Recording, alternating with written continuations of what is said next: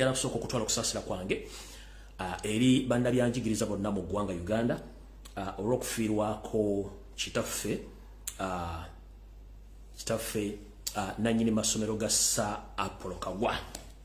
Kitaffe ono Katonda yamujjuludde era ndozaazikiddwa olunaku lwajjo. Amanya ga ye mugenzi Haji Sewava Musa nga ye mutandisi omukulu w'amasomero ga Sir Apollo Kagwa gonna we gali mu Uganda Kampala. Omukulu ono yafudde era ndowooza n'aziikibwa olw'okuba nti musiraamu tetutte ennaku nnyingi nnyo okubanga waali naye enfa ye erimu ebirumira naye nga bwe nabagamba nti abasajja Abaganda n'abakazi Abaganda bakyalina ensimbi naddala nga mulina ebintu nabagamba mwegendereze nnyo enfa yammwe egenda kubeera yakatemba. Kale n'omukulu ono butyo kano namujjuludde naye ng'ate y'omu ku basajja abagagga Abaganda abadde mu education system nga bagiddukanya bulungi nnyo naye nga yeegombesa bangi nnyo batasobola gifuna. Enfa ye bagamba yafunye stroke era yafudde nga yafiridde mu motoka ye. Stroke yamukubye n'afiira mu motoka ye naye stroke eno eriko ebibuuzo bingi nnyo. Stroke eno eriko ebibuuzo bingi nnyo kubanga zo empapula za Morale TV zaga nti yafudde stroke naye ate nze bwe ndaba ku information sinatandika video just njala bwa wamona mu mwetegereze mulinde katono nnyo njala bwa mwetegereze alindako wano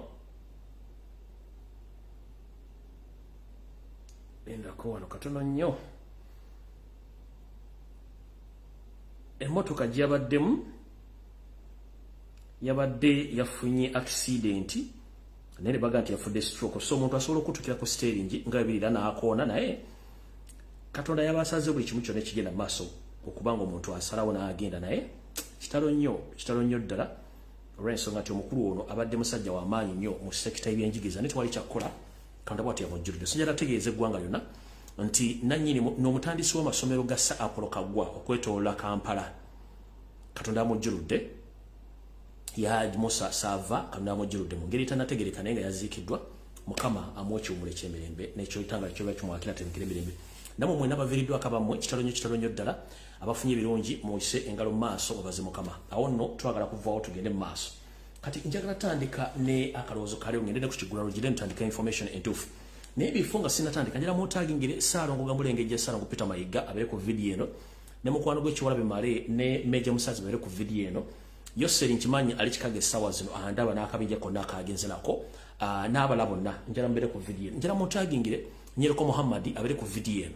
Njala mwotagingire Jajja Boy ono nanyiri kinvinvi abesule neddo subita njala muwa mukale somero katono nnyo njala musomesa mu katono nnyo ategeere nti engeri gy'atali musajja Muganda ngalimu Olutanzania yandibadde asooka n'amanya wa waagenda okwogera ebigambo atanabyogera so naye yalabire ku video eno then tulyoke tugende maaso.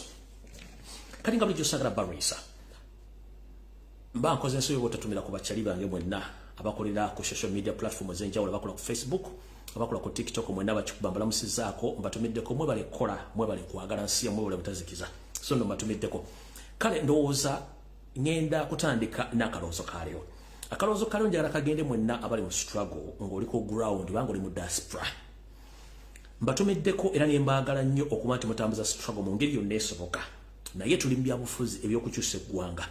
Kitegeeza nti bwe tuba tuli mu byobufuzi eby'okukyusa eggwanga tetugenda bikola 24/7 tuba tulina okufiisawo obudde obunoonyeza ekyo ekigule magala eddiba. Butyo mu kalowoozo ka leero ngenda kajja mu lugero olugamba nti obulangira bw'omukopi kwekolera. Ekivundulwa nti buli muntu ku nsi kuno alina okukozesa omubiri gwe engalo ze n'omutwe okuba nga akola okusooka okwebeezaawo. Ebyobufuzi tubijja mu bujja nga omuzannyo ogukyusa obukulembeze.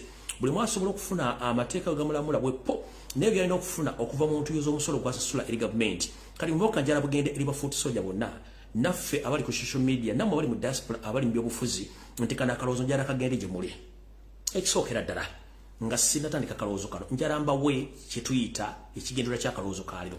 Ekigendererwa ky'akalowoozo kaleero kiri bwe kiti nti obulangira bw'omukopi kwekolera bw'otaakole teri agenda kukulabirira ate obwavu mpologoma bukulya olaba bw'oterwanako weekanga ekufense n'ekumalawo. Kitegeeza ki nti wadde tuli mu struggle bavubuka bannyinaffe munoonye emirimu mukole oba oli mu diaspora noonya omulimu okole osobole okuba nga obidde bw'ofissawo obuteeka mu struggle tutambuze ensi nga buli omu alina kigula magala eddiba. Nkiddamu mbasaba n'obuwombeefu fenna abali mu struggle oba oli mu diaspora oba oli waka oli foot soldier oli blogger oli ani tugende tukole obudde obufika otuleko tubuteeke ku ggwanga lyaffe nga twogera ebyobufuzi nkiddamu nti n'omukulembeze waffe Robert Kyagulanyi Ssentamu ne bw'anaaba afuuse president ow'eggwanga Uganda tagenda kwata nsimbi zikuwa kitole tagenda kuwa mmere tagenda kupangirisiza nju tagenda kuwasiza mukazi no obuvunaanyizibwa busigala bubwo ye kyagenda okukola ng'afuuse omukulembeze kwe kuteekawo ensi etambulira ku biragiro n'amateeka kyekisooka ekyokubiri agenda teekawo emitendera ne policies mw'olina okuyita okulaba ng'oddukanya bizinesi gamba ng'okugya emisolo emikakali n'okulaba abantu bannayuganda batandika batya bizinesi ebisigadde byonna Katonda y'abamanyi kati tosuubira nti gwali mu byobufuzi essaawa zino oba ne gye bujjako nga toyagala kukola nti gavumenti bw'eneekyuka nga toyagala kukola nti gavumenti egenda kuwa no gwe lwaki sooka weebuuze lwaki abawagira NRM bakaba amaziga babo nabo balina mentality egamba nti Museveni bw'awangula tugenda kuba tugaggawadde nedda kitegeeza nti olina kusooka kwerabirira nga gwe omuntu olyoke odde mu byobufuzi musooke mugende mukole then mulyoke mulekerawo gamba nti ate Kyagulanyi teyatulabe no Kyagulanyi tagenda kukulaba kuba omukulembeze asigala mukulembeze alina teekawo platform mitendera mateeka na biragiro ensi kwetambulira buli omu kisobozesa okubanga ayigira mu system okubanga akola tugende tukole tuve mu kutaayaaya n'okwerumanga obwana bw'enjala nkiddamu mbasaba n'obuwombeefu ng'oli mu struggle oli mu diaspora oli mu struggle oli waka foot soldier oli mu struggle oli blogger mbasaba ku ssaawa 24 ezikola olunaku jjako essaawa 12 ogende okole ku ssaawa 6 ziteeke mu struggle essaawa 6 weebake oleme kutunula byabufuzi ng'omulimu si mulimu nedda ebyobufuzi kulwanirira ggwanga we kuteekawo nteekateeka ne Robert Kyagulanyi Ssentamu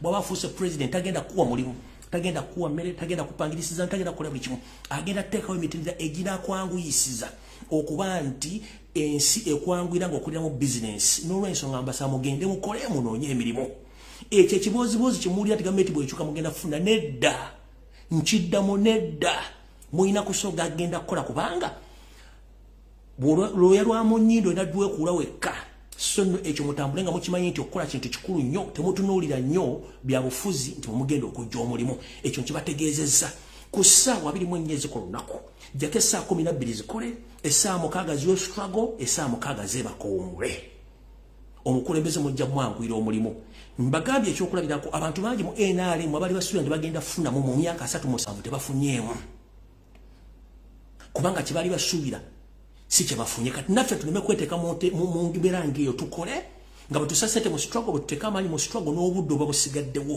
ekyo kibasabe siina gwe nnumbi mbategeeza kano kalowoozo kange akatandika program kubanga n'omukulembeze bw'anaafuuka president talina gwagenda kukwatira ssente azimuwe oba kugulira nnyumba oba kugulira mmere oba kuwasiza mukazi nodda alina teekawo mitendera abantu mulina okukolera n'okuba nti buli kimu kitambula nga mukyagala mu mateeka noza mukitegedde bulungi ke kalowoozo kaleero era nkafundikidde kati ngenze mu kiggula lugye alright era mu kiggula lugye kino njagala muwulirize bulungi nnyo bannayuganda mwenna bwe kimusinziira okusookera njala bebaza mwenna abantu bakyali mu struggle nti obudde bugenze bulungi nnyo naye ng'ate tulina essuubi gye bujja katono tugenda tuuka gye tulaga naye njagala basaba ebbanga lye mutugumiikiriza nga tuli ku social media njala mutugumiikirize naye nga tulina okukyusaamu mu mpisa yaffe ekisookera ddala ngenda kusaba mwenna abali ku social media abakola struggle mu buli mbeera yonna gy'oliko ku social media ekisookera ddala mwana mugimu ava ku ngozi omwana omugimu bw'aba ava ku ngozi kitegeeza ki nti tulina okukoppa ebikolwa ebyabo abatukulembera omukulembeze wa Robert Kyagulanyi Ssentamu oli ne bwakera ku makya n'amuwomula ekigambo ekiringa eggulu tamuddiza kiwemu tamuddiza kigambo kiwemula either amusiriikira oba n'afuna engeri gy'akyusamu obubaka n'abumutuusaako buti olunafu bwe njagala tukoppe njala basaba nti wadde oba onyiiza otya vidiyo zino tuzikola tomanyi gyekoma ekigambo ky'okukozesa agagamba ag'okuwemula okuwokola agagamba aganene vidiyo zino zirabibwa baana abato abavubuka abakadde bajjajjaffe bannabyabufuzi bannaddiini abakola bizinensi n'abantu abamawanga gatuliranye bawulira vidiyo zino kati bw'awulira nga ggwe owemula agagamba aganene kiba tekirina kye kimukolera okuggyako ono nedda byayogera si biki sijja biwuliriza ngenda basaba ffenna bali mu struggle nti mwana mugimu ava ku ngozi tudire embeera y'obukulembeze waffe bwabanga kikulemeredde ng'oli oyagala kwabika sirika toyogera towemula mbeegayiridde osobola okugirega osobola okulengeza omuntu omufaanaganya ekintu naye please towemula tulekera okukozesa agagambo aganene bano abantu bakulu buli kigambo kyonna ekyogerwa ku mbiri gw'omuntu bakimanyi bwe kifaanana era basobola okyogera nkiddamu ekigambo kyonna kyowemula ku social media ng'oli wa struggle omuntu gw'okigambye bakiwuliriza akimanyi bwe kifaanana asira asobola okukyogera n'olwokuba nti yeewa ekitiibwa n'abo atabamuwuliriza y'ensonga lwaki tebamu okukola bigambo bino ngenda basaba b'oluganda oli nabo bakunyiiziza tokosa kigambo kiwemula kye tuyita abusive language towemula kigambo kyonna kinene embeegayiridde tulekerawo okuwemula kutwonoonedde bingi nnyo okugambye osobola okujerega osobola okulengeza oba okufaananya omuntu ekintu kyonna n'ekigambo ky'okumwekkula agagamba agalina agalinga emizindalo alinga ekisawo ky'ennamboole ekyo tukigenda kukola gwoba oli akuwemudde muleke kubanga ffe twagala kufuuka kyakulabirako eri abantu zo vidiyo zino ziraba abantu bangi nnyo bw'onoogamba nti owemula tolina kyogenda kuddegeeza muntu awulidde era tekina kikigenda kukulaga gy'oli nga ggwe omuntu tulina okuwa ebitiibwa mulina okuwa abantu ebitiibwa naye ekigambo ky'okuwemula bambi mukirekera awo temuwemula bigambo binene njagala tufune enjawulo wakati w'abantu abavuganya n'abalindidde ente oba n'agenda ogitwala akuwemula muleka akuwemule tomuddiza kigambo kya buwemu mwenna mugenda kumufaanagana towemula muntu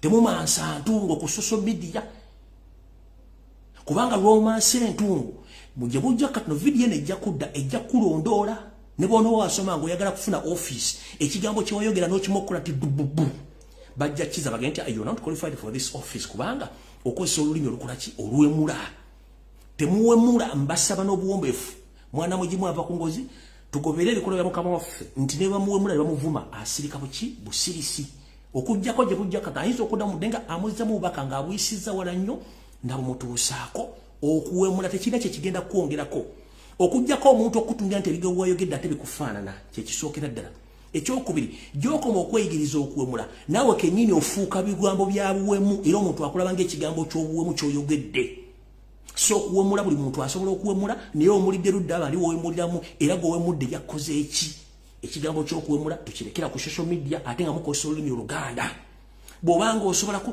bambi tubasabye mulekerawo kumokkola agagamba agane ku social media ekyo nakyo kibasabye tutambuze embeera nga bweri mbagambye osobola okulengeza omuntu osobola omumujerega omufaananya ekintu kyonna naye nga towemudde gagambo ganene towemula muntu kigambo kinene kubanga naawe bwe banakikuwemula naawe ojja kunyiga kati kyokola muno saagala bakole ki bakikole so nno kyenjagadde obbaga mu kigulalo gikyaliro kati njala tandika vidiyo entuufu etandike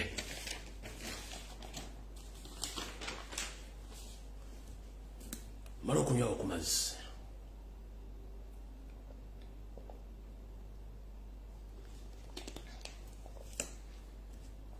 all right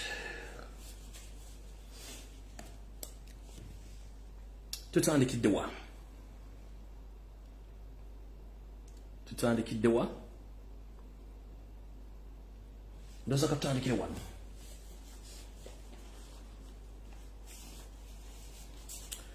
ekisookera ddala nina ekintu kyenda bateeke mwe n'abali ku social media lwaleero njagala mukitegere bulungi nnyo tuli ku social media kuno tuli mu byobufuzi ebyokusika omuguwa tuli mu byobufuzi ebyabuzaabuza ofuge tuli mu byobufuzi ebyokusibako ebigambo ku muntu olina kusibako ekigambo n'okituna n'okirekaawo naye njala bategeeza olwaliro njala tegeeza bannayuganda mwenna gye muli mu Uganda ne mu diaspora ebyobufuzi byosere byazannya nabyo babuulira dda naye ayinawo ba agenti be abagufudde omugano okuvuma okuwemula n'okusiba agagamba aganne ku bantu kino mbadde temukimanyi omulimu ogwaweebwa jjajja boy kinvimbi eyava Sweden n'ennusu 5 kango bategeeze bulungi mu gutegeere bwe munaategeera ebigambo bino muyinza obutaddamu wabudde oba mumuwa obudde nga mba mwagadde naye mbadde saagala muwe budde olw'ensonga nti bwe muwa obudde mba mufudde kyekyayagala okubeera ye kyayagala okubeera ku social media nga bwe mwamwogerako yensonga lwaki bamugamba jja ku social media buli kumakya ssaawa emu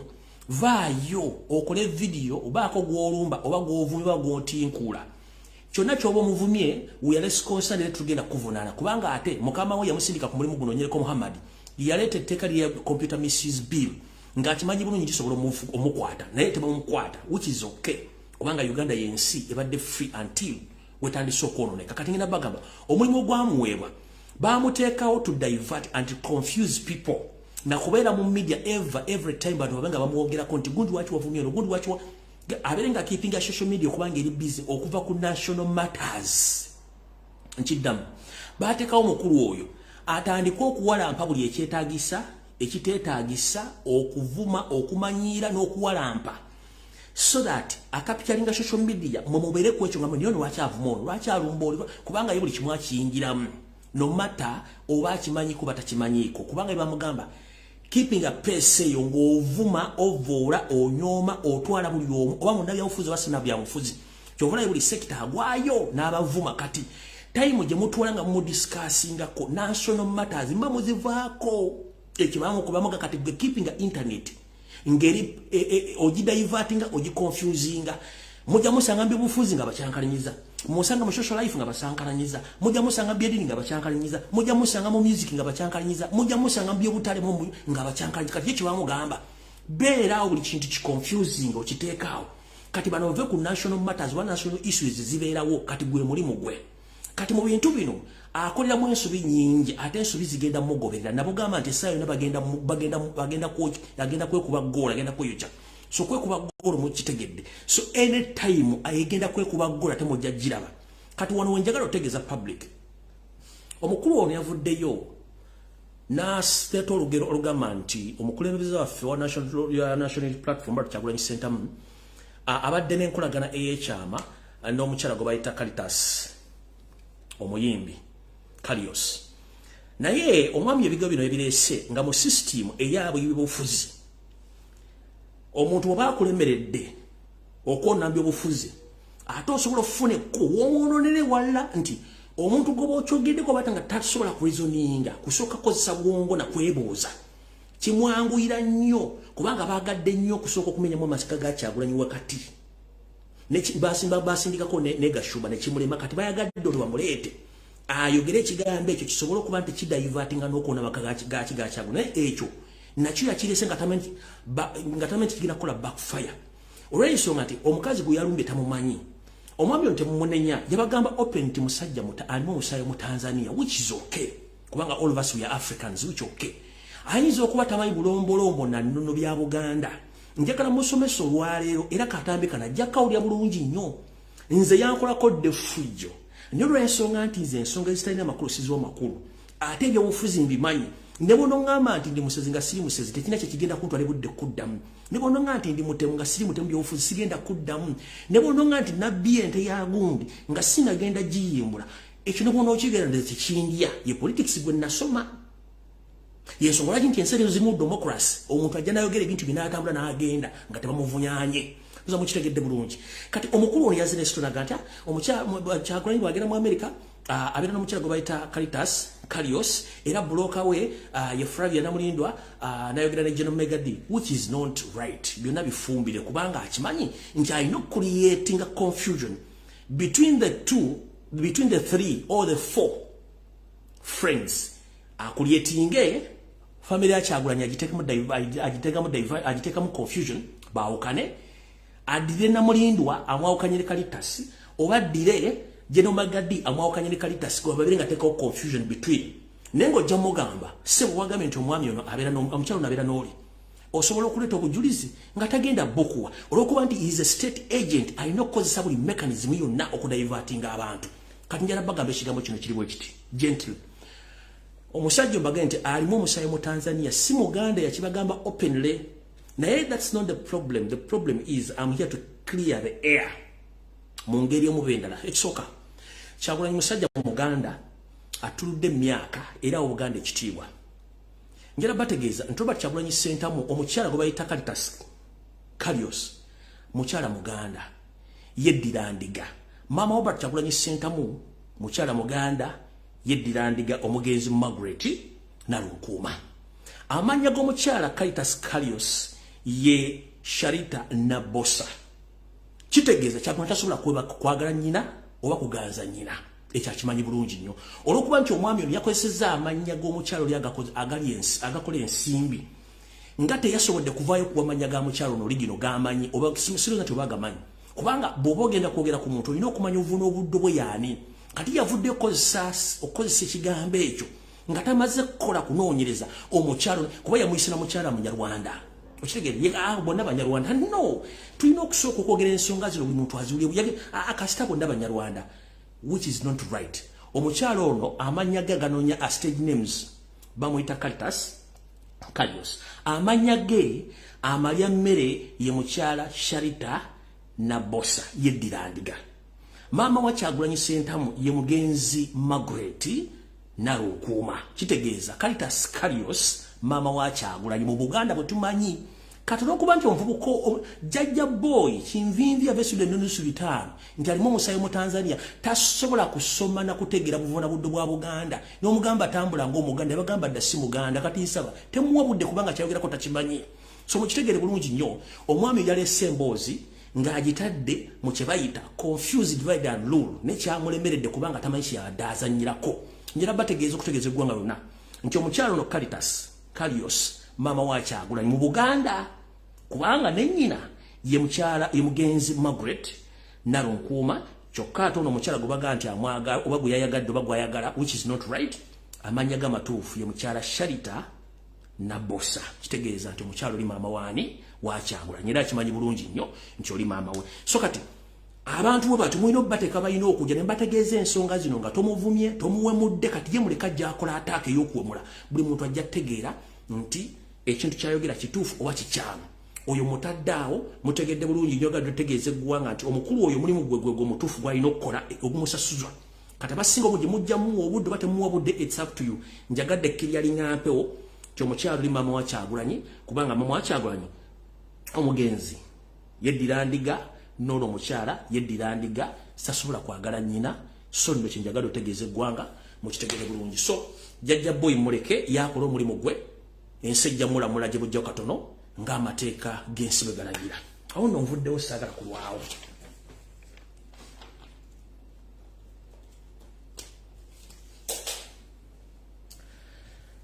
kati nabagambye nti tugenda kujja wano ndowooza kansooke Mengo alright kansooke Mengo munansonyiwa olw'ensonga ndi bugende ku Sunday sigenda kujja mu Bulange Mengo kansooke Mengo alright mbalamusizza nnyo banyamale basiba omulundi ogwokubiri kansitulenti muli bulungi mujje balako gye mutuusaako engalo oluuyi olwo alright naku zomwe ziri 16 omwezi ogw'ekkumi n'ogumu mu mwaka 2022 kansitulenti muli bulungi munajjukira bulungi nti najja ne mbagamba nti ekiri emengo kitokota si kisaanikire naye nga bwe tugamba nti omusazi w'obwayi ku kkubo mukwekaza talina yamukwatira nsawo n'abasajja bawamba emmengo obukalukalu bubasuseeko tebakyagala kutegeeza muntu nga bwe nategeeza Obuganda nti twolekedde okufundikira omwaka guno ogw'omwaka 2022 butyo abasajja n'abakazi bali mu kusendasenda Ssaabasajja Kabaka asobole okuba nti alabikako mu nkuuka eggalawo omwaka nja nategeeza Obuganda nabaga ebitundu 75 ku buli 10 Ssaabasajja Kabaka ayinza obutalabikako nkuuka nziramu kibagamba okujjako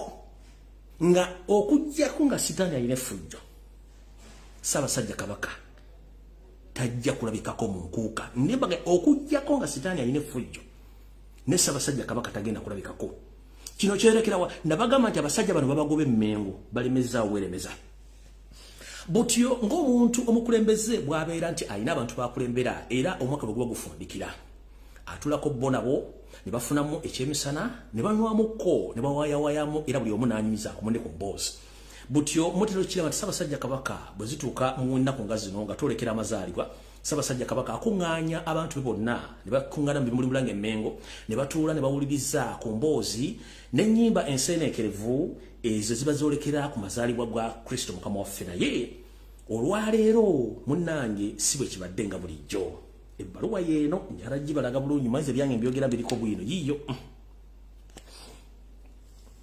mugira bulungi nnyo yeye ebbaluwa eno era nga mmanyi nti omuteesiteesi waazo ye Charles Peter Mayiga Wasaanya Ssaabasajja Kabaka ebintu bino ebivaamu munnange Wasaanya ng'agenda akuŋŋaanya ab'ebitiibwa bonna abali mu Buganda nga bayita mu Bulange Mengo nga bagamba Ssaabasajja Kabaka abayise nga bulijjo okubeerawo ku nnyimba z'amazaalibwa era munyumyemukko bagenze okutuuka ewa Ssaabasajja Kabaka nga bagamba nti nze sisobola kutwetaba mu bintu ebyo kubanga sina buddobo kubanga n'abantu bengenda okutuna bo sikyabategeera ekitufu kata kyabategeera butyo era bugenzo okuziba olwaliro nga buli muntu yenna tayambulanga emmengo talabe ku Ssaabasajja Kabaka naye gwe omukolo ogenze mu maaso bano balabe kibalidde ne bategeeza nti akategeeze nyaffe n'abagereka jjalabike ku mukolo guno n'abagereka naye bagamba sijja kusobola bannanga ate kati omukulu aganye nze najja buti abasajja bano n'abakazi ne baswala ng'abakulu bobi nabo biti balabiseeko njala tegeeza Obuganda namwe abasajja n'abakazi Abaganda abajja ekyajja emmengo abantu bamudirigala bafere babagoba dda ne baneebuzaabuza nga bafuka baana nti gonna maziba abagoba dda nnyo buli kyemukola kyonna nga muwagira mayiga kyonna muyiwansaano ku mazzi mukootakoota mu gaalumonde mukutte ettampeko y'amazzi mugiyiwa ku nnyanja mumala biseera ng'akuna muli emizibe tagenda kukulaba mumala biseera ng'anyiigira mu nzikiza teri agenda kukulaba nti okoze ekintu onyiize Ssaabasajja Kabaka agaanye okulabikako ku nnyimba z'amazaalibwa era n'Abagereka bwe nange bw'abatajja nange sigenda kujja naye n'agaana mubayira bulungi nnyo Ssaabasajja Kabaka agaanye kati mwenna basuubira nti ejja kuba empiira gy'abeka final z'ebikalo taliyo amasaza taliyo enkuuka togeza n'okwata serezo mbogera mu nkuuka Ssaabasajja Kabaka ayinza obutalabikako byonna bakola abafere b'emmengo babikola kufuna nsimbi Ssaabasajja Kabaka bamufuula kyakola kikyakuzanyirako nakufunako nsimbi kati yabagoba yabakootagana nabbala nako yensobola kimusansa okola sayinizi n'obulombolombo ng'emikolo egimu agizize tagenda kujjayo kati mbategeeza mwenna buli agenda mu nkuuka teyinza obutamulaba oyinza obutamulabayo mukitegedde bulungi nnyo awo nno sigenda kulwawo kangende walala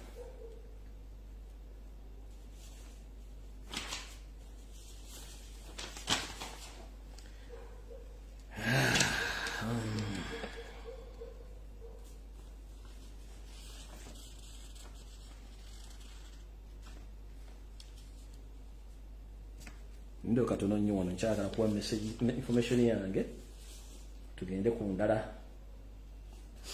era nkyali mmengo awo kale butyo njagadde bategeeza ku nsonga ezo mutegere nti abasajja n'abakazi abali mmengo bonna bafere abatasobola kubeera nti bakyakiriziganya ti Obuganda babagobadde lwakuba balimedde waawo kati ngenze ku nsonga endala era mu ngeri y'emu mujjukira wano nti Ssaabasajja Kabaka bwe yalagira abasajja be batandika okukuma ebifo eby'enkizo eby'ennono wasajja Kalicha wasanya Charles Peter Mayiga Salonga Mulengejja ne munne Major Musaazi we Po ne muganda we Kiwalabe Male ennaku zino yeebuzaabuza ng'afukaana abayambala galumiriza bo kye bawoldinga yeekweka olw'ensonyi n'obuyayi omujjudde omukulu ono nabagamba nti naye omu ku bantu abali mukulu okusaanya omusajja mukulu Lubega alina ekizimba w'emmengo ng'agala kimutwalako kati mbategeeza ki njala otegeeza Obuganda wepo n'okusaba okuluma kutuka Ssaabasajja Kabaka mutegeeza nti basajja bo bennyini bano 29 abaakwatibwa joli abalamu ne bateekebwa emabega w'emitayimbwa emikono gitawemera muwemba oba ntumbo abasajja bano bwe twateekawo pressure n'akazito n'ebiragiro byowa abasajja bano munnange baataako 26 bokka abasatu abasigalayo wasaanya ne munne ne babateekako emisango gya Nnaggomula ng'era basuubira bagenda bawolesa mu kooti y'amagye okubagulako emisango gy'obutojjo abasajja n'abakazi bano baweebwa bondi okuva ku Kampala poliisi akatambi nakabalaga bulungi nnyo sigenda kaddamu olw'obudde bungi nnyo era nabagamba baddeyo reporting ng'ennaku z'omwezi 22 omwezi ogw'Ekumi omwaka 22 njala kutegeeza Obuganda n'okuluma kutuka Ssaabasajja mutegeeza nti basajja bano waliwo enteekateeka na mutayika Charles Peter Mayiga Kiwalabe Male ne musajja wo obeeyita musajja wo Musaazi gye bategese nti bano 26 oluddayo okulipootinga ku Kampala Mukadde Police Station nga 22 bagenda bakwata babazze mu nkomyo nga babaguddeko omusango gw'okusaalimbira mu bifo batalina kusaalimbira kye tuyita trespass mumpira bulungi nnyo ngena kuzomweza 22 mwezi gw'Ekumi mwaka 2022 abasajja bano abakwatibwa bambuwa balina okuddayo okulipootinga buto ku poliisi y'e Kampala Mukadde nga bondi oba ekiragiro ekyabata bwe kigamba naye enteekateeka empya wasanya Charles Peter Mayiga Salonga Mulengejja we Po Kiwalabe Male ne munnabwe Major Musaazi gye bayira bategezezzaako bannabo bali mu gavumenti bitongole by'okwente bajja okweripotinga oba okweyanjulanga ebbaluwa ez'abata bwe ziragira ngera kuzomweza 22 omwezi ogw'Ekumi mwaka 2022 bali bakwatibwa Nambiro baggulweko emisango gy'okutaayayiza mu kifo we batalina kubeera ndowooza gye bali batadde okubeera okukolera emirimu Ssaabasajja ndowooza gye ba trespassinga oba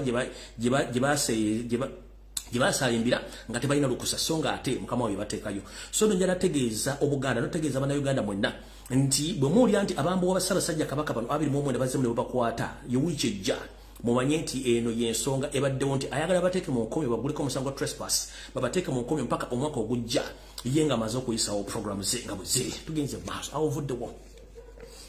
Wasanja Kalo Charles Peter Mayiga wepo ne mukwano gwe Kiwalabe Maleba Mafia bali Mengo ne Meja Musaazi muno mujoga mu wetampisi kundi wenjogerere sawa zino Ssaabasajja Kabaka yabalagira nti abasajja bano bateebwe nga nna bugisi mufungize n'abagamba nti akanyoomonyomo kasusse mwali badde muleka n'akola emirimu gye nga bwe yagiragira ne muganya. Mutongerere sawa zino Obuganda mbufudde nyumba yammwe nti mwagale mukolawe muteeka buli kimu kye mwagala. Muli mukulanga enkuuka muli ku pressure mutandise no giranga eyita mu makubo mu Kampala eyita abasajja n'abakazi ba Kabaka okugenda nenga temubati mukola bintu bya bufere Ssaabasajja Kabaka ebintu bino binabigaana. Yagaana okujja ku mpira gy'ebika okugimaliriza yagaana okumaliriza empira gy'amasaza yagaana ne butu mutambuze enkuuka eno. Ate basajja mmwe mwekazanga abasazi b'ebyayi ku kkubo butyo mwavudde ne mutongoza ne kawa musimanyi kawa mpologoma Buganda ng'ekyali mu mikono gy'abafera bali Mengo teri kintu kirigenda mu maaso kukola tekisoboka kubanga byonna bifu tewali kigenda kukola yoka mujja mwenyura kubanga twabategeera basajja mu muli Mengo muli bafere mukozesa erinnya lya Buganda ne erinnya lya Ssaabasajja Kabaka okuyisawo bizinesi zammwe nga mufuna ensimbi ate ne mutulugunya abaana ba Buganda ne mutulugunya Ssaabasajja Kabaka awo ndo ngenze maaso. Era njagala kuluma kutuka Ssaabasajja mutegeeze nti abasajja bana bampembe bakoze ekikolwa ekitakoleka kubanga bana basajja balina enteekateeka enyooma obulombolombo n'ennono bwa Buganda okutuusaako obulabe mu ngeri yonna esoboka. Ssaabasajja Kabaka nsaba kuluma kutu omulundi ogwokubiri nkutegeeze nti era omusajja ono Charles Peter Mayiga Kiwalabe Male ne Meja Musaazi butyo bategese omukolo ogw'embaga mu ssomero ly'Ennabagereka Primary School mu Lubiri Mengo nga bagutegekedde omukopi omu ku bakaddeyideyi oba bawujjira obunyama mu Lubiri ng'ono amanya ge ye Pius nga mutegekera omukolo gw'embaga gwabadde mu Nnabagereka Primary School nga tewali muntu yenna yagutegeddeko kujjako bo so nga ate mbulombolombo n'ennono Olubiri luno bw'ataba Ssaabasajja Kabaka addukolera mu mbaga either omulangira yenna naye ng'ate okusaba aba akujje ku Ssaabasajja Kabaka kati baakole omukolo gw'embaga ogw'omukopi munnaabwe ayitibwa Pius ne bagukola mu Lubiri Nnabagereka Primary School era gwabadde ku biragiro bya Charles Peter Mayiga Kiwalabe Male wepo ne Meja Musaazi era ebintu bino badde mu Lubiri omukolo guno gwabaddeyo ababanenyezzaako bavuddewo nga nena bugisi mufungize ngati kimanyi bulungi nnyo nti Olubiri luno terukkirizibwamu mukopi yenna kukolera mu mbaga butyo emikolo bano gye bakola byonna ebintu bakola byonna byakuswaza na kusaanya Obuganda na kuba nti bakola emikolo eyinza okukyukira gwe ng'omuntu ofune obuzibu mu mbeera yonna esoboka. Ndowooza mutegedde bulungi nnyo mu bantu abaweereddwa ebiragiro okuba nti bakola omukolo guno mwaddemu Saava simanyi ono omujjwa wa Buganda wajja obuyinza Saava mulimu omukulu gwe bayita Guy Henry nono Ssentongo akuuma ebisumuluzo ebikubwa gwe bayita store keeper bibantu abadde nga bakuuma omukolo guno okubanga gutambula mu Lubiri lw'e Mengo ate nga bulombolombo n'ennono kino tekikkirizibwa. So no information gyejagadde obbawa naye nga njala bategeeza nti empologoma gyeri buli kimu ekigiziga era ekira bulungi nnyo lwakuba nti bano abawamba Buganda bebuzabuza nga bafuka balabaga nteriiwo naye nga ate bala bulungi nnyo buli kimu kigenda maaso. Kati wano wenjagala otandikira video eyandeese. Alright.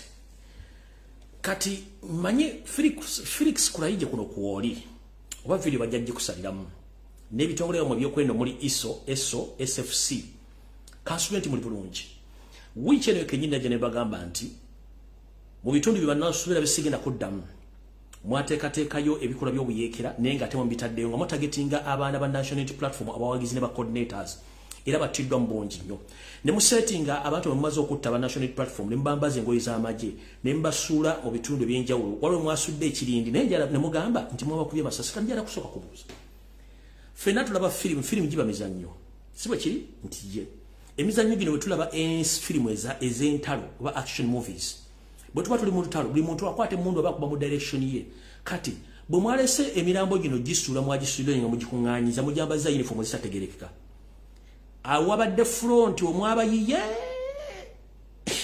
kuba buli muntu gwe mwa frontinze nga uniform ze mwambaza tezimujja mumanyi simanyi aba forensics mu military system ya Uganda aba forensics mu police expertise ya mwegwa mu category kubanga aba forensics mwe muyina okujjokolako omwe muyina okujjokola research n'okufuna obujulizi obuli conclusive omusobola okupublishinga ku media naye one structures abantu be mwasse zaawukana bimwogera enamba abantu gye mwasse eyawukana bimwogera abayekera location mwage mwabatiddemu eyawukana ne action eziri mu kitundu ekisooka eyo natali bayeke wakumwa M23 ne UPDF okitegeera kaga mulowooza nti abantu bategeera kuli byo vudde ogamba nti abantu amwe ngonya zaabalidde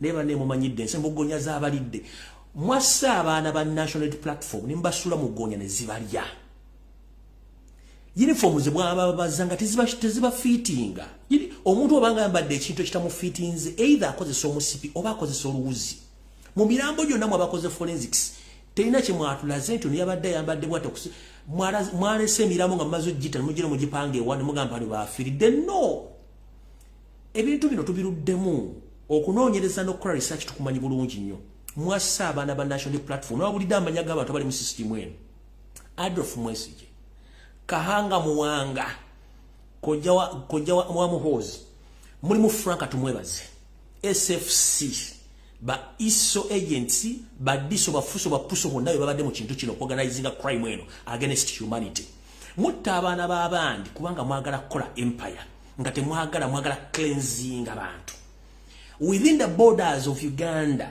on the western side temwagala kufuna ekintu kyebayita opposition mainly from national unity platform so you decided to cleanse whoever supports and whoever leads people in that struggle.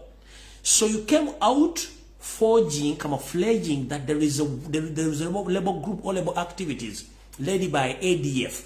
ADF is Allied Democratic Forces, a well-organized and arranged rebel group manufactured, funded, organized by Museveni. So don't fool Ugandans. Crazy, shame upon you. You coming out on national media, start blogging around that some rebels, they were eaten by crocodile or alligators on social media. When you come afraid and you address other people with army uniform to pretend that these are rebels. No, we don't have rebels in Uganda. All the rebel activities are conducted by Museveni and his family because we know it right. You are good at manufacturing fake news. Pretend that the country is unstable. We are not having rebels. It's all organized by you and presented by the government. But the mission is to cleanse Noop in the western side of the country, led by the popular known politicians and government officials, including Adolf Mwesigye, Frank Tumwebaze, Kahanga Muwanga, Anko Tumuhozi Kanyarugaba. We know this, and the information has already linked on social media. So stop fooling Ugandans that there is labor activities in the western country, the western part of the country. No, that is a big lie. Oko kulimba kwa amani. Echo mochikumye bulungi nnyo. Mukitegedde bulungi nnyo. Kati awo sakala kulwawo. Njala bategeeza nti ekiri atabala kye kiri anasigadde waka. Family ne tutawaanya omuli Kahanga Muwanga, omuli omukyala Margaret Muhangi yaga nti alina embuzi gyatunda biliyoni emu.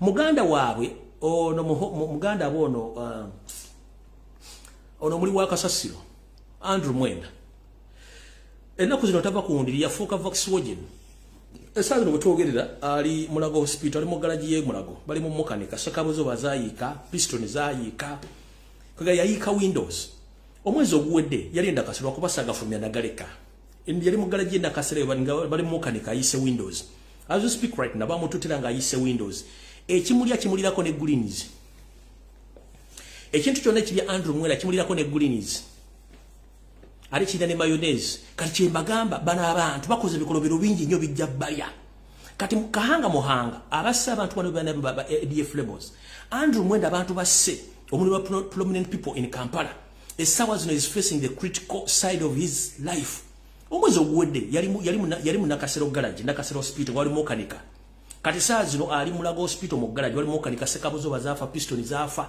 byonna bifudde ate kimulirako ne greens kirinda ne mayonnaise kimulya bijja balya mpola mpola omwami omwerabira kati oli mu garage bakuwanise pistol zaafa simanyi sekabuzo bazaafa zona zaayika kati oli ekikulya kijja kulya kikulireko mayonnaise kikulireko greens kimale kikunyweleko ndume lojjo tegera ti mulina okuva ku bantu kati naawe saagala kulwawo ndagala genda ku information endala eyandeese tuve bulungi nnyo alright ndoza kantandikire wano information ena nnyingi nnyo mukulu omukyalo ono nakiwala kiyingi oluwa nakiwala kiyingi where are you tosobola kudduka ensi ekumanye wano webiseera bisingawo esobola obbagamba nti Uganda zaabu nga sigwa omusima Uganda zaabu nga sigwa omusima naye ensi nfunda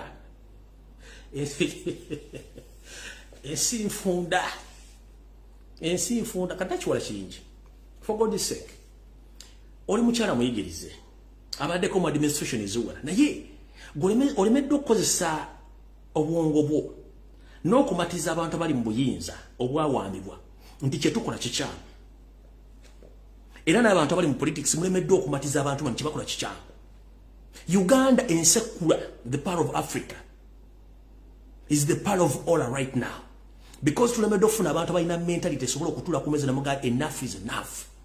Oh, we made a mistake previously. We must sit down and settle all these differences and we settle all the consequences, all the problems Ugandans are facing across the world.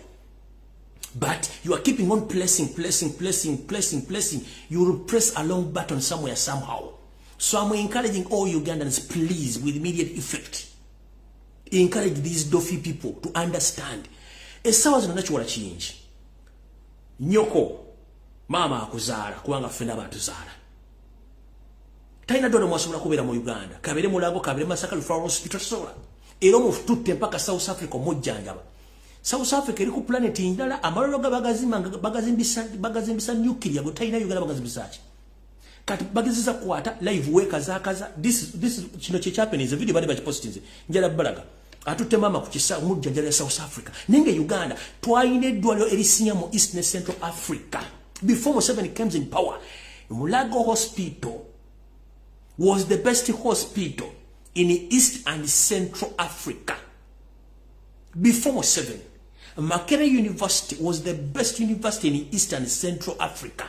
And it was the second best university in Africa. What went wrong? Before Museveni Gatanaja. But everything has been destroyed. Nobody is talking. What about the indigenous Ugandans, the poor Ugandans that are innocent? When you talk about these issues, no. Tubabulira kitufu ekiriwo nakiwola kingi otutte mukadde South Africa which is okay because you have money naye nakimbugwa asigadde ekanda musabale Masaka eri ekyanna mukaaka namusoka asigadde mukono byalugaba ali eri eka ekihiihi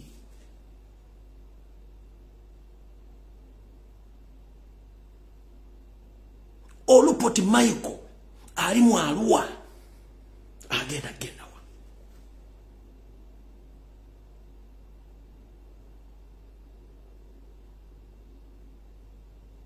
for you can afford but what about these people of mission bagenda wa and these are Ugandans but for you can afford money to take your relative abroad for further treatment. What about the rest of Ugandans? Kati bakusanze ku kisewe kazanga afukana aba mbwate wacho recording awachi bichi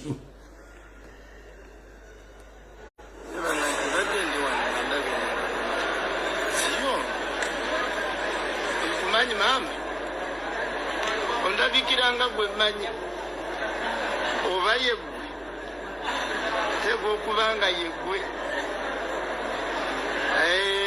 sanyi sokula bako nga wankubadde wanji ngamba oli madamu oli yalabika yati minisita waki zijukiza akayinza okubanga yegwe wanji w'abaana okole yegwa okolera Museveni naawe anti twagala nnyo okulaba abantu abakolera ba Museveni twagala nnyo balaba wanji Kiririgo. Oh, kiririgo. Neta tokwata ku simu yange. Badde njagala nnyo okulaba oba yeggwe. Wuli okwa anya ku simu yange ajinya kulaki. Omulabi. Kale nno katunoonya. Waliwo omukyalo omulala ajja wuli. Tuli wano tuli mu kunoonya.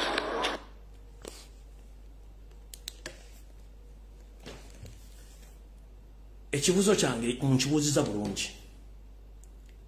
Abantu amanya genjogeddeko from different areas of the country bagenda ku benefiting abatya mu nsi yaabwe nga mmwe musobola okufuna ssente zitola abantu mu malwaliro ag'ebbeeyi mulago takyali kyasa.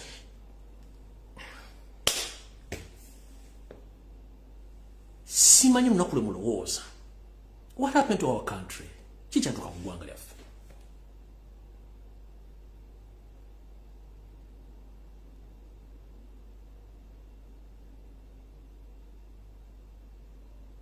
Kikyatuuka ku ggwanga lyaffe.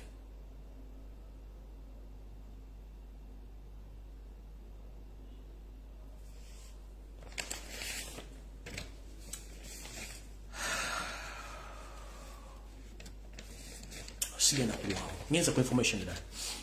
Alright, njagala mwotagingire wano mukulu Nyereka Muhammadi akiikirira Kampala Central mu bukyamu. Mukulu nkulamusizaako kansulenti oli bulungi gye balako gy'otuusako engalo kansulenti gitambula bulungi.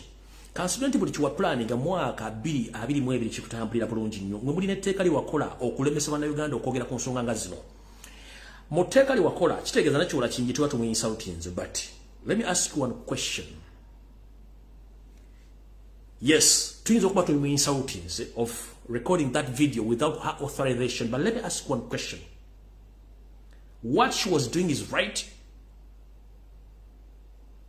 Okukwata abantu bajja mu Uganda batwala kusikinga further medication outside the country. Amalwali agali mu Uganda agali gakola okusinga mu East and Central Africa. What happened to those hospitals? So muga ntusobola okulabisa omuntu kibi. This is the question. Chichamo kyakoze mu recording nga aleso mulwadde mu South Africa. What happened to Mulago Hospital? The National Referral Hospital, which was the best in East and Central Africa. What happened to Mulago Hospital? Then we later computer misuse here. Kadikamba we 90 May mujiwulire. Wotogera sawa zino Nsirako Muhammadi Mr. Kagege ngebye sirirungi bitya.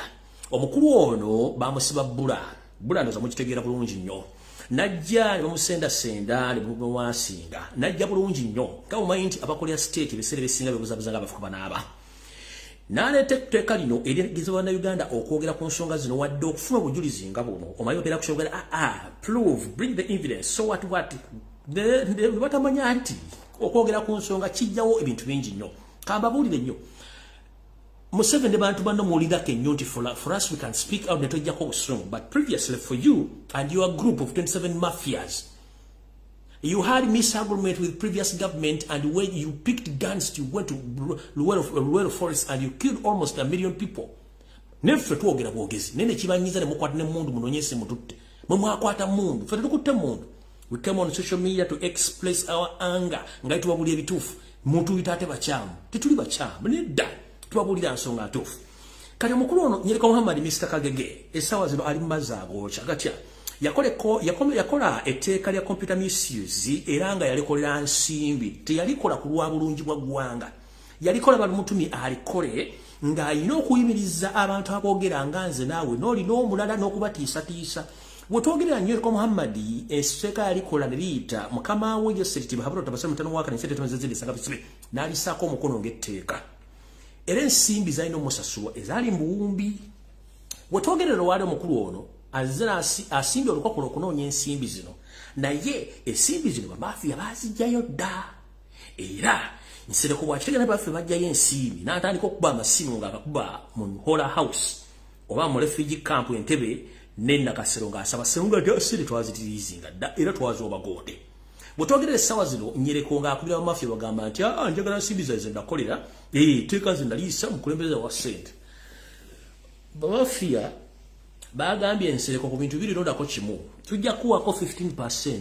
Bw'oba tokkiriza 15%, you are going to face the consequences. Consequences eziriwa. Consequences esooka either sirika oba twala 15% oba ekifo ky'obwa member parliament wa Kampala Central kivaako kubanga tusobola okukolagana n'abalamuzi ne tubagamba ne bakujja mu kifo kino ne balekawo omulondo omutuufu gwe tumanyi Frederick Nyanzi Sentamu nga nabo gisimufungize so omwami ono alina ebizibu anyene ku mazzi nabaga okukolera sitaani ojja oyambadde engoye eziwerako oluyirika lwosule ng'oyambala olulala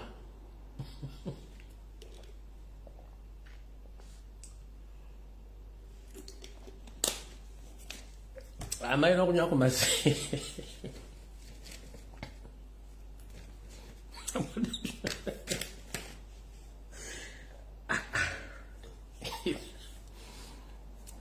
oyo singa kati ali mu America mu festive singa ali mu basinga ali mu Europe singa jali kati nga agezi ali mu kujja biwojero ba Dubai kati sawa tena ndero ndo gwe 10 noko mafia sende bazi kwata ata manye example eya abiriga sente zaba mu state house mafia bazi kwata abiriga agenda okubanya bamudiza mpekeza bamudiza mberenge nakali bambiriga mufuya fane family te China de chirade ne chikugano na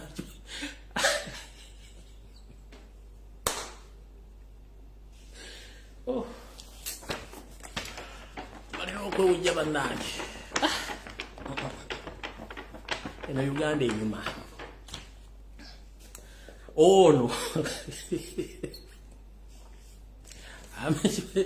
kibaita okubanja mafia kimanya abiriga bo wene simu y'omugenzi abiriga mukubiro mubuze what went wrong abiriga jakubulira ali network ebadiki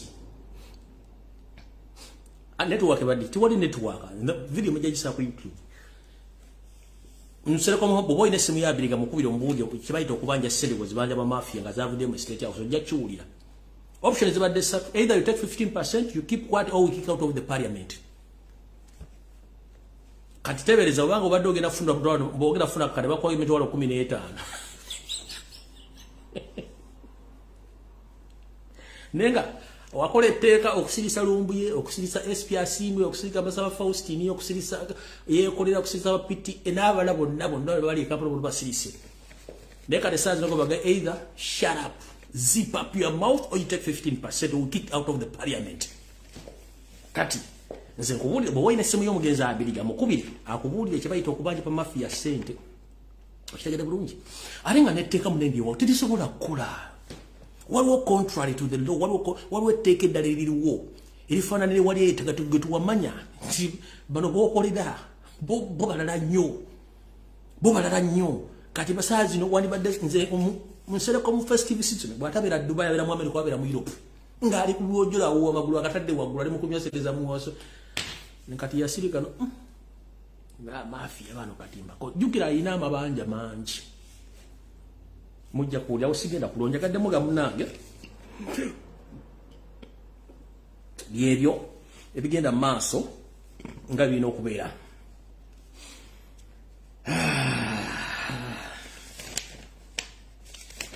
alright kati njara bategeza bana Uganda Brutujano boy information mujitwala ng'ekintu ekikulu era mujanirize twabagambye nti yadde yose yayitiddwa mu lukungana lw'Abafirika bonna lwabayitiddwa mu ggwanga erya America tubagamba nti tujja bawulira ki ekifuddeyo ndi wano bawa amawulire agafudde amekusifu mbadde temutategeera galiwa yose yatuse mu ggwanga erya America bulungi nnyo yawongeza naye babulidde bulungi nnyo kisawe gye yagudde nava n'agenda gye yagenze ndi wano bategeeza nti omukulu ono bye yagenderedde teyafunyeeko abakulembeze bonna abasinga b'Afrika bafunye eddiiru zaabwe yose teyafunye eddiiru era teyafunye eddiiru nga mwadde mu kisuubira kamalo babikkulirako wano mbalage katono nnyo ku bakulembeze abafunye eddiiru era mugende ku mukutu indako mugende ku mikutu gyonna mukebereko bwabanga waliwo ddiiru Museveni gye yasayinize n'eggwanga lya America ng'abakulembeze b'engendo balaga mujja gamba ndi mulalu abakulembeze abasinga obungi bafunye ddiiru eno forward atasobola kwegulayo nangenda balaga ko kitono nnyo abamu ku bakulembeze ba Africa abasayinize ddiiru n'America oyo mukubbo ero lyakubiri eko tuita okusayininga ddiiru ne mwanyisiganya empapula ddiiru owakubiri simanyi baki oyo wakubiri oyo wa kusatu ndako munine mukatono 1 2 3 oyo wa kuna mu diiru ezisayiningiddwa ezetuyita diiru omukulembeze okusayininga diiru oyo wa kutaano oyo wa mukaaga zediiru zisayiningiddwa oyo wa musanvu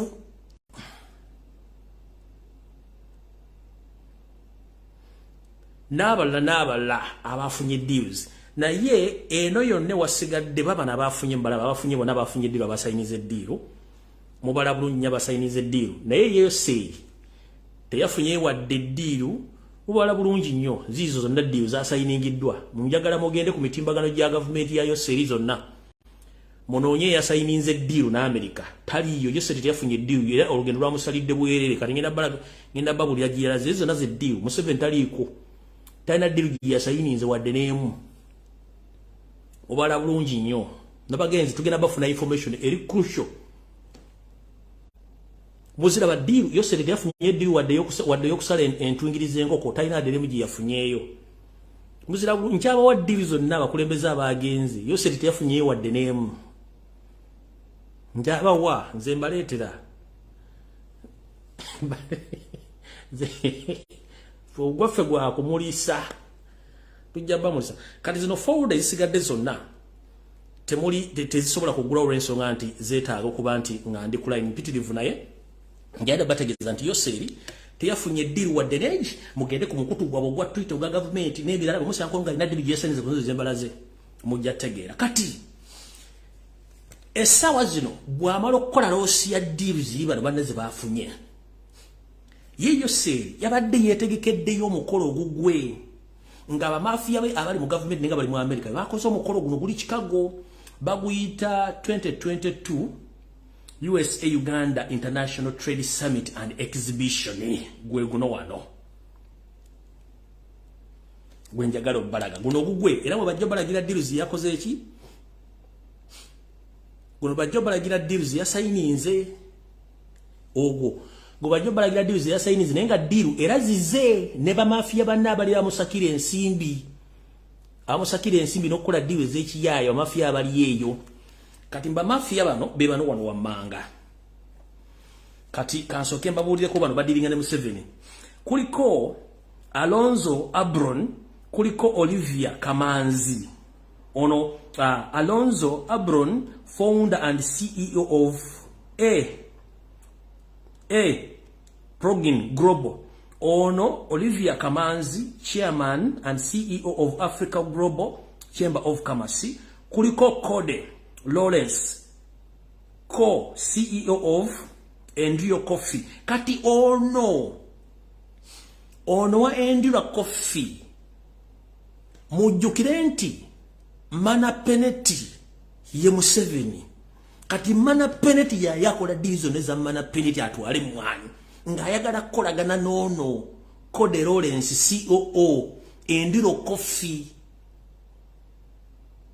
nga yeno wamalo kuchikwata kyonna ekya Uganda akikwasa ono CEO gwakikwasa ne ebintu bino biwanvu bino okubira mu research n'okutegeera walaki abantu bano bakola ekintu kino akikola gye buvuddeko naye nga alina gyakivuga kati ono Kode Lawrence ekifaananyi sigira kiraga kubanga omumanya amateeka njagadde bawulira mannya nabawulira position ye ono ye CEO of Enduro Coffee kati Mana Peneti yagala atwale mwanyize Uganda zonna nga ennyinizo naye nga ayina yeri ekijingi kye kyatadde kye kyagenda okuwa deal kitwale emwanyizo neza Uganda yenga akola ekyo ngenda basomera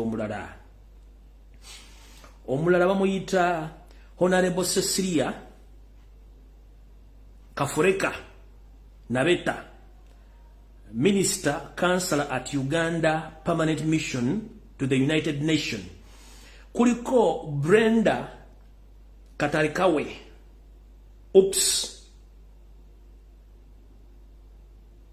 Peace ID kuliko Audrey Kurwabogo chairman Peace ID kati bano kamba balage bano kati bano nene abasajja batubbi kati bano abategese omukolo ogwo ndoza mbala bulungi Odrek Rwabogo mubala bulungi nnyo n'oyo omukyalo mulabo bonna bali mu kampuni yemule chairman ono yomu ono gwe mukolo gwe yagenzeeko ekikago gwe yategekedde gwe nyini ndoza mbala kampuni zezimu bonna bana Uganda babafere bali eyo mbala bulungi nnyo be bategese omukolo gwe ekikago agenda ogenda era diri bagenda zesa yiningira ate dobozi libadde kinamma muveeko kati kuliko ono Norieta Wamara the president of CEO of Uganda Crane Investment Group ono yali ono Norieta Wamara tuze tumwogerako naye mufere be bantu abayono na yuna oyo mukyalo nambalaga da naye mufere ali awo mulabo Norieta Wamara oyo naye mufere ali awo mutegedde bulungi nnyo kati kibategese ekibozibozi kyabwe kiri eyo linako ono mukyala kamubalage wano no naye mukubafera bali mu America abakolya Museveni mumulabo oyo bulungi nnyo bebo kati bategese omukolo oguli ekikago bagenda okuwa diwe ezo uno Olivia Kamanzi ono naye uno naye musajja munyana nabo nabayaye bali mu America noyo Kamanzi mumulabo nabayaye then tugenze ku mulalo ono Alionzo ono CEO Global Progini Global ono ngenda babulira information endala uyo naye yomu ku bantu abali yeyo kati ke group akategese omukolo ogwo kiche kiri mukolo guno alright kamba buli ekiri mweno omukolo gwatekeddwe Chicago Museveni bagenda okutira deal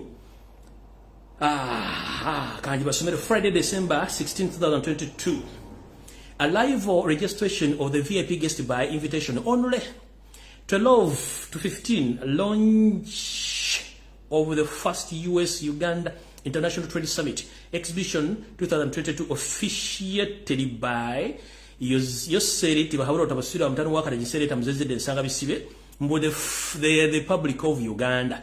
15 registration of general session open to public. 15 to 20 welcome remarks by Mrs. Olivia Kamanzi, Chairman of African Global Chamber of Commerce AGCC Bonabeba. 1520 to 1525 opening remarks by His Excellency Ambassador Adonia Ayebare, permanent representative of Republic of Uganda to the United Nations Bonaba Bayayi Bakola Naye. 1525-1530 remarks by Mr. Odrek Rwabogo, Chairman of the Uganda Presidential Advisory Committee on Export and Industrial Development. Ono Musezi atunde biworo. 1530 to 1540 special remarks by Honorable Francis Mwebasa, Minister of Trade, Industry and Cooperatives. 1540 to 1630 the panel introducing trade and investing in Uganda, USA and Uganda. Kati ne batandika oteekako kati wano semina wegenda okubeera eyo trade omukolo gwa wegenda okubeera wano njagala mule bulungi nnyo exhibition mu Chicago nje bagenda okwewera deal nenga zilizo mie mane yane mie teyafunye wano omukolo ogenda okubeera wano obagenda okwewera ezo deal zaabwe ezekifere awo obagenda okwewera deal ezekifere awo fumulimu gwaffe gwa kulabisa kati wano wali final investment decision for the US 4.5 billion East African Energy Security Transition Investment Project in Uganda confirmed to take place in 2023. Kati Robert Chagulanyi Sena Marubasi bamafuta gano Europe negasiba balina amafuta amalagali bitundu ebirala by'eggwanga. Kati Yoseri ne bafere banne bafunye omuntu agenda okuinvestinga 4.5 billion US dollars in East Africa Energy Security Transmission Investment Project in Uganda confirmed to take place in 2023. Kakalo ka group akalimu abafere. Ero kanso kenji balage. Kaka akakundi akalimu abafere. Kati eyo summit mumugenda okufa sente zino. Amafuta gano bagatunde bagakole bibagala. Mubagala kola na refinery ka kumenze mbabi bintu bino ngasagala bisimale bali sawulide sategedde. Mukitegedde bulungi. Kati wano bamuli anti atamafuta gakoze bichi wano we wava mweyo trade gibali mwe sawa zino oyo conference gibali mwe sawa zino gibagenda okukolera obuvuyo obwo obwamafuta na bichi ebigenda okuddako ndoza mutegedde bulungi nnyo kati awo njala kuvaawo ngende ku information endala Alright. Kati mwenna bana Uganda kati mongeri yemu mu trade eyo oba trade summit egenda okubeerayo e Chicago. Mugenda kubeera mu ebintu bino wammanga bibatutenga bwe bagenda okukozesanga okwexibitinga oba okulaga mwoleso muno oba business bagenda okufuna mu investments ba investors bagenda okujja.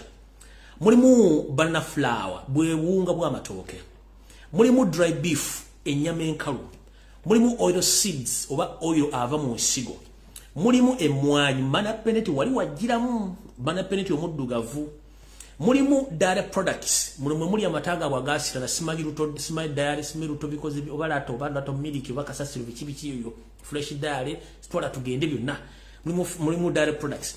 Mulimu dry fruits ebibala ebikaze. Mulimu ebyennyanja. Mulimu cocoa nga bali bagenda okunanya ba investors abagenda okudiringa mu business zino. Kati yeyo embeera nga bweyimiridde ku mutala omukulu ono gyalaze naye nga ziri ddiiru ziyadde alina okusayininga nga abakulembeze zibasayininze.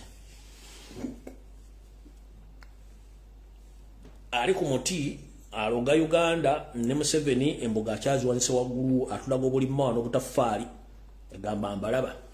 Kino kyeyoleserwa atu nti ensi eri mu katyabaga terina nsimbi. District bodies zonna ezisinga obungi zireceiving a notification note ezibalaga nti we are very sorry all the employees of foreign districts, they are not going to receive the December salary due to the scarcity of funds or to the insufficient funds as it said ezitaliiwo.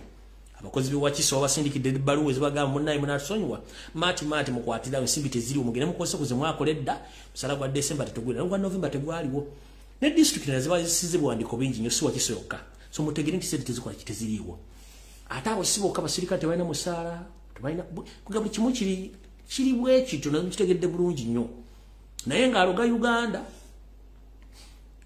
emboga zitadde ku mutwe ali kumutugunda waggulu bwanyenya bwatukunamira bwakulate ne tuganye kusituka tuganye kuteera kubanga fe tulowooza nti we tuli wamala si wamala no ensonga eyo bwe muna Uganda wooli ekyokukola mu kimanyi sigenda balagira naye ekikulu kiri nti nga nfundikira akatambi kano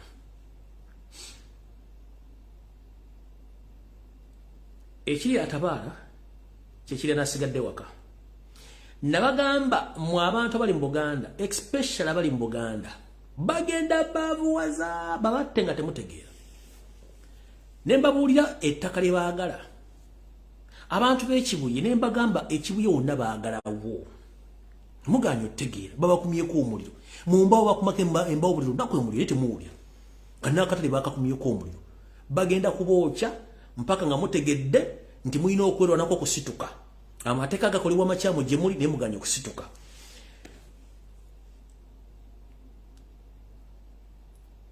Abavubi kati amaje gateega n'ebinaala gateega ebidyeri n'emmotoka ezitambuza ebyennyanja ne babajjako amaje ne gabitwala. Wulira bulungi nnyo laba akatambi kano. Amaje ge bateeka ku nnyanja gakwata abantu abava okugula ebyennyanja ku myalo egy'enjawulo nga bayingiza mu bitundu ebyenjawulo babakwata ne bajjako ebyennyanja bino babitwala. Weerabireko katono.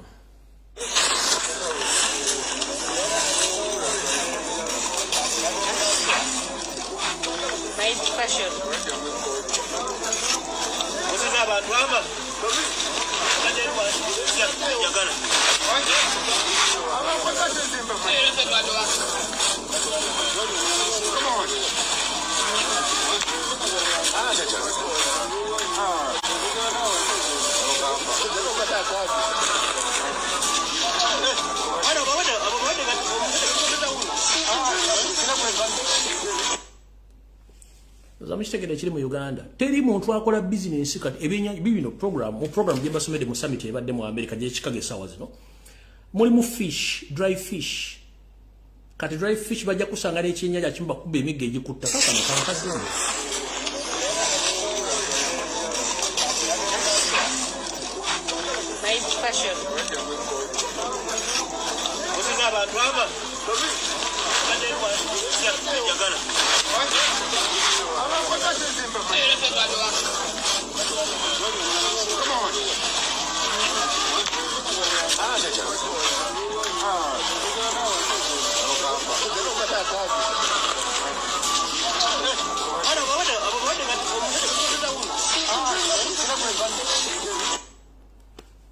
ndoza mukitegedde.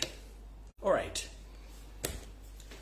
Nga nfundikira kuno kwe kusaba kwange ngeno kusaba abantu mwenda bali mu United States of America buli saza lyonna woli nkulamusizaako mwanyina zene mugande kansubenti buli bulungi.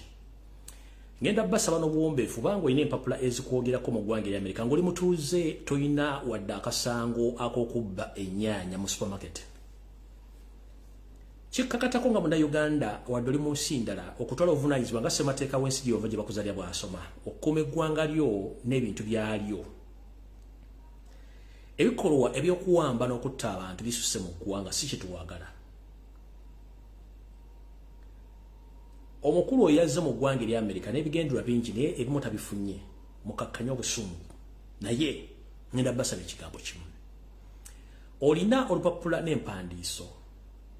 Eggwanga ery'Amerika address ku muwandiika nyangu nnyo okufuna okusindika ebbaluwa zino era zisimbwa teziringa z'e Uganda. Nkusaba maama taata muganda wange kabere mwana wo ng'asomye asobola okuwandika ebbaluwa. Muwandika mbaluwa oba gajjula State Department oba gajjula White House gajjule. Nga muteekayo kwemulugunya kwammwe eri eggwanga ly'Amerika erifandinga ekitta abantu ekiri mu Uganda. Muzisindike buli kibuga ky'oli busaza ngene oba oliwandikidde member parliament oba oliwandikidde council yo mugiteekeremu n'ebifaananyi bimusobola okuprintinga oba mu America mu Uganda asobola okufuna access ku printer.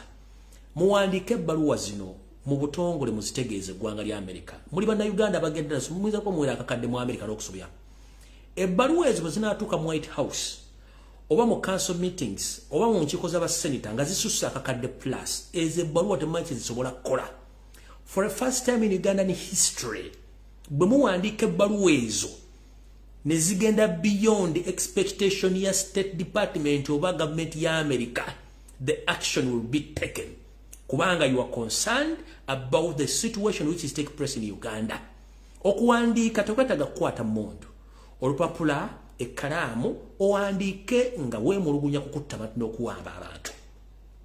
Si kirungi muntu kuvirwako obulamu bwe nga wandibadde otaasa abalala basigadde. Newankubadde oyinza okubawagira NRM sikugaana. Naye NRM kibiina kya byabufuzi. Mu mateeka tekikirizibwa kuttadde okuwamba omuntu. Bino ebikolwa by'okuwamba n'okutta bikolwa by'abantu nga ba-individual abalina obukyayi effutibizi n'obutatya kitonde Katonda kye yateekawo nga ye baafuna obuyinza obutta abantu. Omuntu akwata emmundu n'akuba munne amasasi. Omuntu akwata ekiso n'asalako munne obulago. Omuntu akuba munne ejjambiya n'amutemaatema. Omuntu akwata ennyondo n'atemaatema munne. Omuntu akwata najjolo n'asalako musajja munne obuli enkoko. Omuntu akwata bulooka n'azisiiba ku mabere g'omukyala n'alengejja. Omuntu akwata munne n'akwata magalo n'amuggyamu enjala ng'awulira. Oyo taba muntu munnaffe. Ogwo omutima bannayuganda tetugulina. Ebikolwa by'okutulugunyizibwa okutulugunya bannayuganda twagala bikome. Enensi baagituweesa ddembe so si ffujjo na kutta. Singa abantu mwe mumanyi nti enkya ogenda kuvawo n'omuntu omulala gye mwandirekeddeawo okutiisatiisa n'okuwamba n'okutta bannayuganda ne gye tuli mu diaspora tutiisatiisa no. Ensi kko tuyitako buyisi buli muntu alina essaawa n'olunaku lw'agenda okufa. Ekiwamba abantu mukikomye okutta abantu mukukomye. Temujja kutta bantu bamala mu nsi kubanga gotta omu enkya Katonda ddunda namugereka z'abantu 100. Weebuuze lwaki afa bazzaawo omulala. Kati gwe mentality gikyuse nti okuteesa oba okwogera ebigambo kwe kusinga kubanga bwe tunaabeera mu panic teri muntu agenda kukola business. Bwe tunaabeera mu kutya teri muntu agenda kukola business. Nedda. Teri muntu abeera mu kutya n'akola kintu. Tekisoboka. Era kyobula nti bw'oba ofunye panic yataka bagamba no kakkana tuula wansi weweera. Eggwanga Uganda bannayuganda bali mu kutya. Abali mu diaspora bali mu kutya. Ensimbi ze bateekawo bali mu kutya. Ssente zaabwe zinaabeerayo. Abantu bwe banaabeerayo. Eyo embeera tena gyegenda kutwala ggwanga Uganda whatsoever. Mwagala kuoccupying eggwanga Uganda by all means. Naye nkubuuza by indigenous Uganda bafulumya eggwanga nga tebaagala. But with the time they will come back to take over their country. Are they going to do the same muchembadde mukola because of politics? No. And that is wrong. We might speak from Monday up to Monday without solution, but we can write and we expose these people. Chidam. Ekibi kiba kibi tulina kivumirira. Teri muntu ku nsi alina buyinza kutta munne nga talina musango. N'oba olina omusango kkooti ekuwa okwewozaako era akuvunaana n'aleeta obujulizi obukulumiriza. Naye ekigambo ky'okutta n'osala munno n'omugyamu enjala n'omugyamu obusajja n'omugyamu eriiso n'omukuba essasi ogwo omutima si gwa buntu, omutima gwa butujjo. Tetwazaalibwa nga tuli batujjo. Obutujju bukome mu ggwanga Uganda, okutiisibwa kukome mu ggwanga Uganda.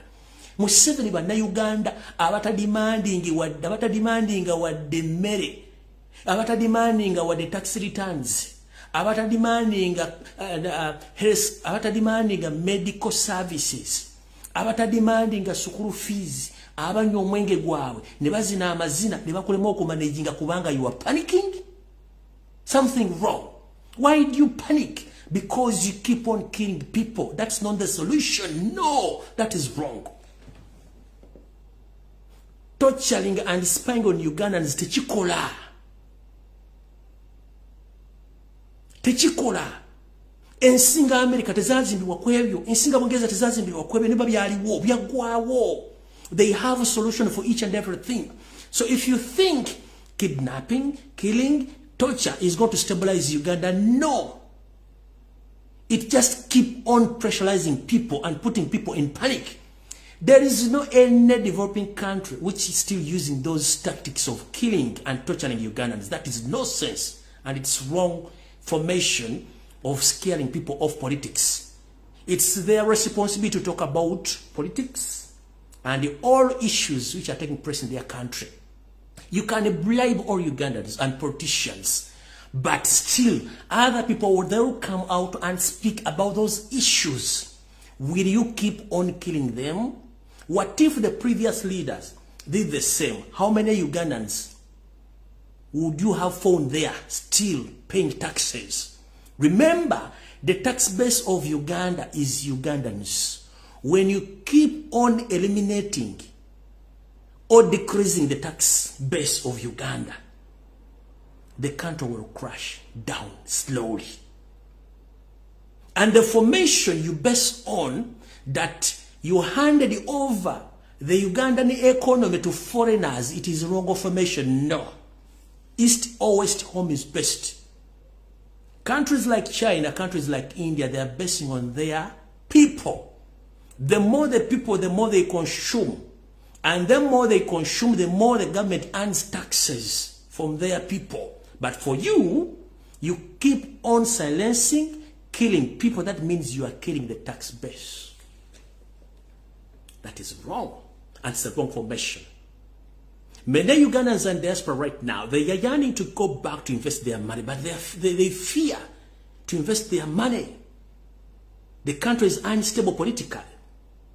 You've tried your level best to silence all politicians by bribing them to keep quiet to talk about some issues.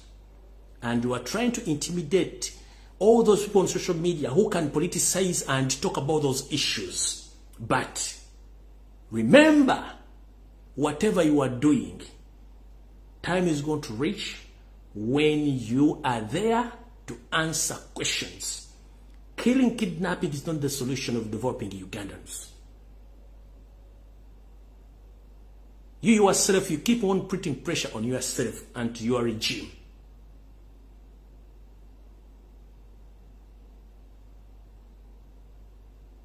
We are all Ugandans. Remember, we are Africans. We belong to Africa. Known to Europe or to America. We've learned a lot of things in diaspora. We need to drop our country, but it with a safe zone,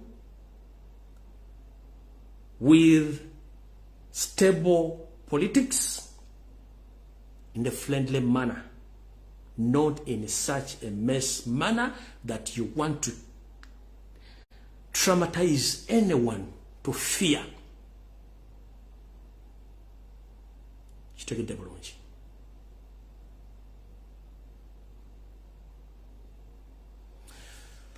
Mukama kuma Uganda, kuma wana Uganda, nga batuyingira omwaka ompya, fenda buli mwasabire munne.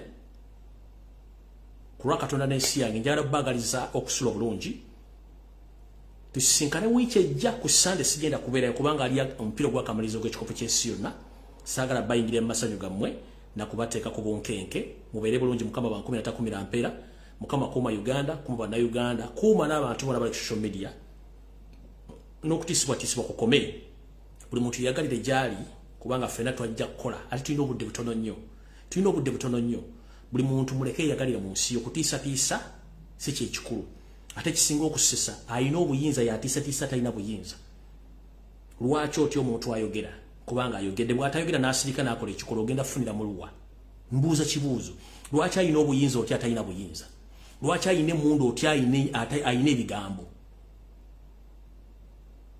kitegeeza nawe ekyokola oba toli system kikyokola nti kituufu mulekera okutiisatiisa bannayuganda n'okutiisatiisa abantu abakola ensonga kubanga okutta si solution omuntu alina obuyinza okutta ye Katonda yekka ane yakutta tusiza timetable ye nti gundi osazuddeko obudde buno okwagala n'ogenda tosobola kusula era namwe bali mu regime sawa zino time egenda tuuka nga temulina option time etuuse ng'olina okugenda kubanga tosobola kuwakanya nteekateeka ya Katonda mulekerawo okutta abantu n'okutiisatiisa abantu